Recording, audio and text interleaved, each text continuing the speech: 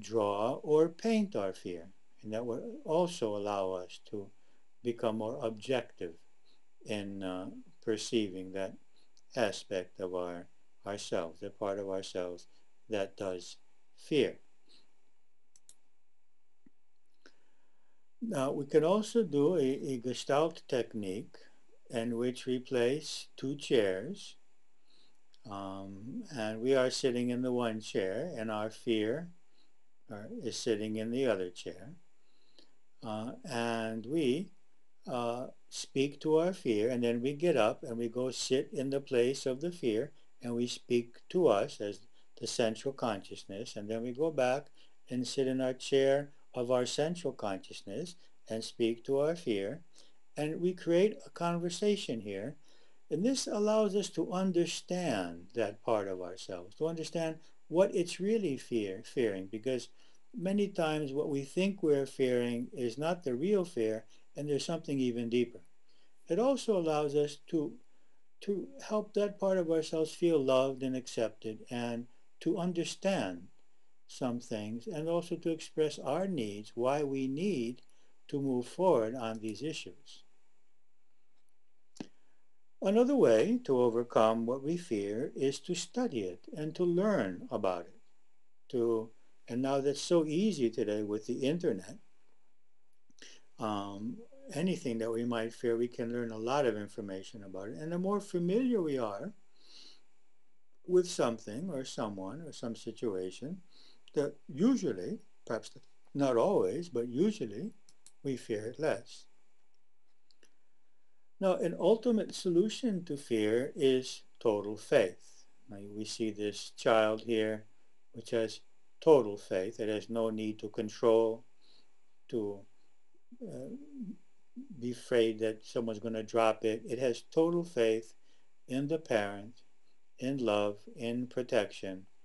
It has no need to control its environment as we do as we lose our childhood innocence. And in what can we have this faith?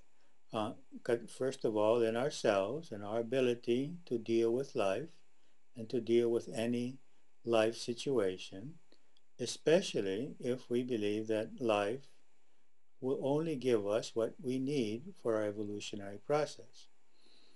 And we believe in our ability to use whatever life gives us in that evolutionary process. And then faith in the divine, and then faith in others. So faith in ourselves, faith in others, and faith in God or in the divine laws. Another solution to fear, is the knowledge of the truth. In this image, we have the image of Socrates, who is about to take the conio, the poison, and take it by himself because he's been condemned to die. And we see all of the students around him feeling pain, they're upset, they're totally emotional. And he's about to take the cup from the hand of the young man on his left there, on his right, our left, and drink the poison. And why is he not fearful? Because he knows that he is spirit. He knows that he will continue to exist after he leaves the physical body. So this is not a problem for him. So what's the problem? I'm just going to be leaving this physical body, which is limiting and painful and less pleasant than the reality I'm going to experience when I leave my physical body. So he was condemned to die by drinking this solution, and he happily did so, even though everyone around him was very fearful. Now, St. John the Evangelist writes in one of his letters that perfect love eliminates all fear, that we cannot have fear when we love perfectly. And I see with this little child here experiencing this love for this dog couldn't possibly fear the dog. So when we experience this deep fear, this deep love for any being, for anyone, it's pretty difficult to fear them simultaneously. And one other way of dealing with fear is to behave as if we are already free from it. This is called behavioral therapy. So we can do what we would have done if we were totally free. And behaving in this way, we actually become free. Now, I don't know in this image what exactly is happening. I don't know if this is a test for the cat or the dogs are being tested for their discipline, but it's a very interesting image. So, in retrospect, in conclusion, the techniques for overcoming fear. First of all, be sure that we have enough vitamin B and avoid all forms of sugar and sweets, any form of white sugar, even brown sugar, I would say.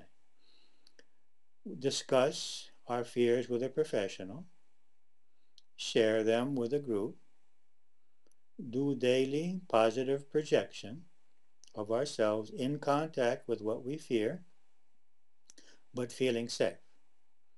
Do energy psychology, some form of energy psychology for what we fear in the present, but also we may need to do it for past experiences which have caused us to experience this fear. So we may have to do it for some traumatic experiences of the past in order to be free. Working on the present may not suffice. Daily exercises and breathing, especially those that allow greater flow of blood to the brain, the rejuvenation of the brain and the nervous system. Belief and faith in ourselves, in others, in the divine, in the universe, in universal justice and wisdom, that life will bring us only what is beneficial for us as souls in the process of evolution. And that may be pleasant at some times and unpleasant at others. The knowledge of the truth, the knowledge of our true divine being, that we are immortal, that we cannot die, that we can never be alone, that we're ultimately connected to all beings and one with all beings. The development of pure love, the more that we can experience this love, the more fearless we will be. And listening to our heart in general in our life process. Now, I don't think I will get into how to do EFT. You can get that through so many videos and websites, and I've got a video on YouTube which is about 2.5 hours in segments, which you can watch and learn how to do EFT. We just said that we start out by rubbing on this sensitive point here, saying, even though I fear this situation, I love and accept myself, and then I choose to be free from that. And then we tap on all of these energy points from the science of acupuncture, which cause the energy to flow. We do this creating a flow of energy while we are focused on what we fear, on the emotion of the fear and the object of the fear. So we tap on all of these points. You can see all of this on our website also. And then we do what is called the gamut series to balance the energy. And we may need to do that a few times in order to change our energy relationship with this specific fear or stimulus. If the fear goes down, then we talk about the remainder of fear, and we love and accept ourselves, and we go forward to letting go of even that remainder. Once we have done the EFT or this other form of energy psychology, then we can move on to our positive projection concerning that. And one way of doing this positive projection would be to do it in this position that you can see here, with the ankles crossed and the hands united in a very special way here, and focusing on the feeling safe, that is beginning to repeat to ourselves, I feel totally safe and secure, even in the company of or in relationship to or whatever that may be. So we imagine ourselves in this position with the legs crossed at the ankle and the hands united in this way. We imagine ourselves in contact with what we fear. We imagine ourselves feeling safe. This is a wonderful way to complete any kind of energy altering technique such as EFT or TAT or any other method. And it sort of completes the process by allowing this concept that I do feel safe, even in relationship to microbes or dogs or people or whatever it may be, to go into both hemispheres of the brain. Uh, and that allows me to unite the conscious and subconscious at this point. Now, you can find much of what I have said in two of my books. The one is Free to Be Happy with Energy Psychology, and the other is The Psychology of Happiness. Both are available at Amazon.com and also at our site, holistichearmony.com. And you can also find quite a bit of information about energy psychology for free at our site at holistichearmony.com seminars.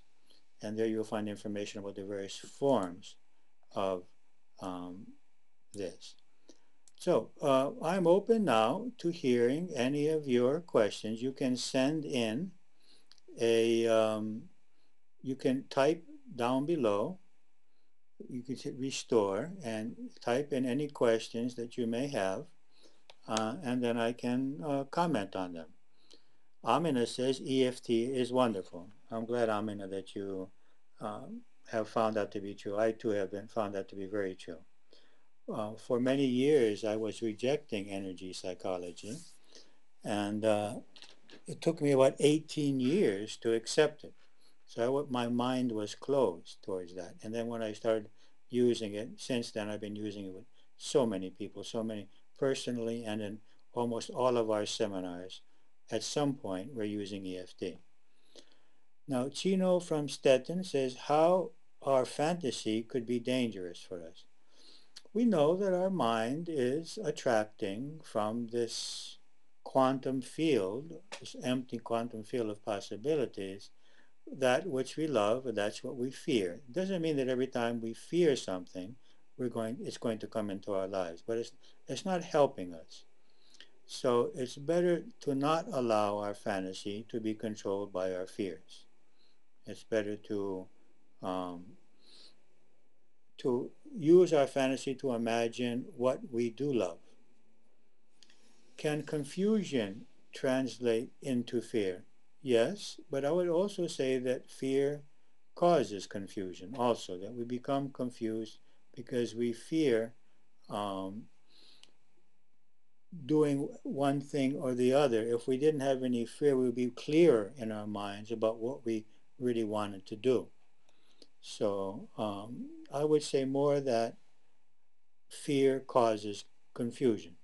And of course, confusion, if there's another cause of confusion, such as a lack of energy or proper nutrition, then that could also, confusion could lead to fear also. Is there something else that you would like to ask? Any other questions that you would like to send in before we finish up?